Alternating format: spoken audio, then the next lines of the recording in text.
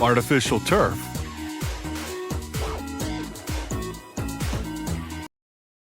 The invention of artificial turf in the 1960s led to a whole new field, one that never needs mowing, watering, or weeding.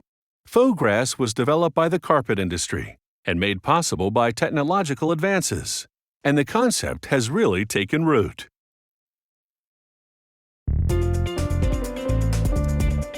Synthetic turf has changed the landscape of professional sports. You see it in stadiums, arenas, and training fields around the world. It all starts with bags of white plastic pellets. This is the base material for the turf. They add green pellets for color, along with chemical stabilizers and additives. Equipment melts and extrudes the plastic through a steel plate with holes in it. This creates strands of green. The strands exit through a trough of water, which cools and solidifies them.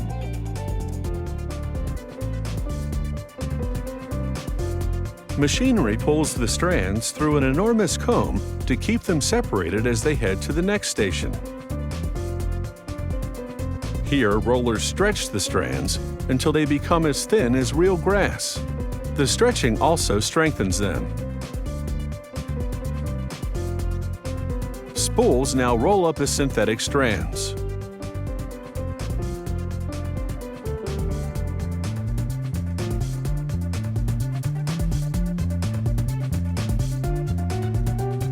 Once a spool is full, they remove it. Next, they unwind several spools at a time.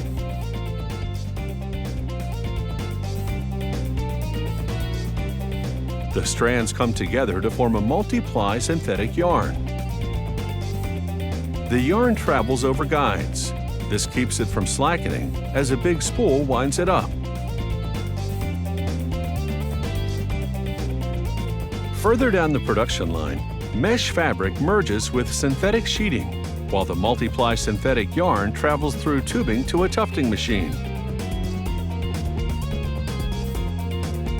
The tufting machine is a giant sewing machine. It has up to 250 needles. These needles hook the yarn through the mesh synthetic sheeting. They make hundreds of rows of stitches per minute.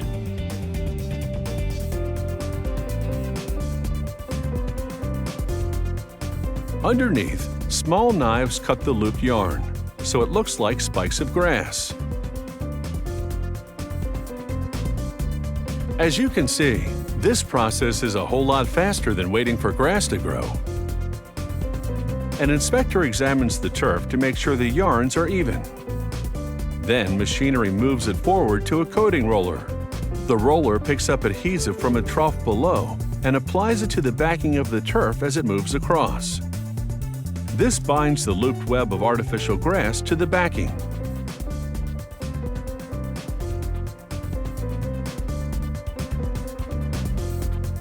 The adhesive is a bit gooey at this point and needs to be dried. The dryer is partly open air and partly enclosed. The enclosed section is about 55 yards long. The temperature is carefully controlled. Too hot, and the synthetic grass might melt. As it exits, hot pins burn holes into the turf to make it water permeable. Now they check to make sure this grass looks good on the surface. They pull out loose bits and measure the fibers. Then it's over to a device that simulates the effect of football cleats to confirm this turf is tough. To install artificial turf, they lay a rubber base and add the turf. They distribute sand throughout spikes of grass to give the turf weight. Then they spread rubber granules for a softening effect.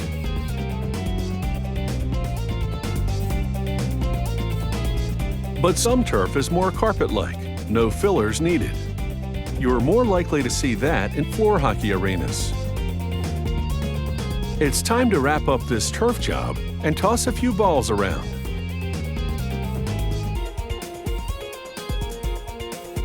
And when it comes to looking like the real thing, artificial turf is definitely in the ballpark.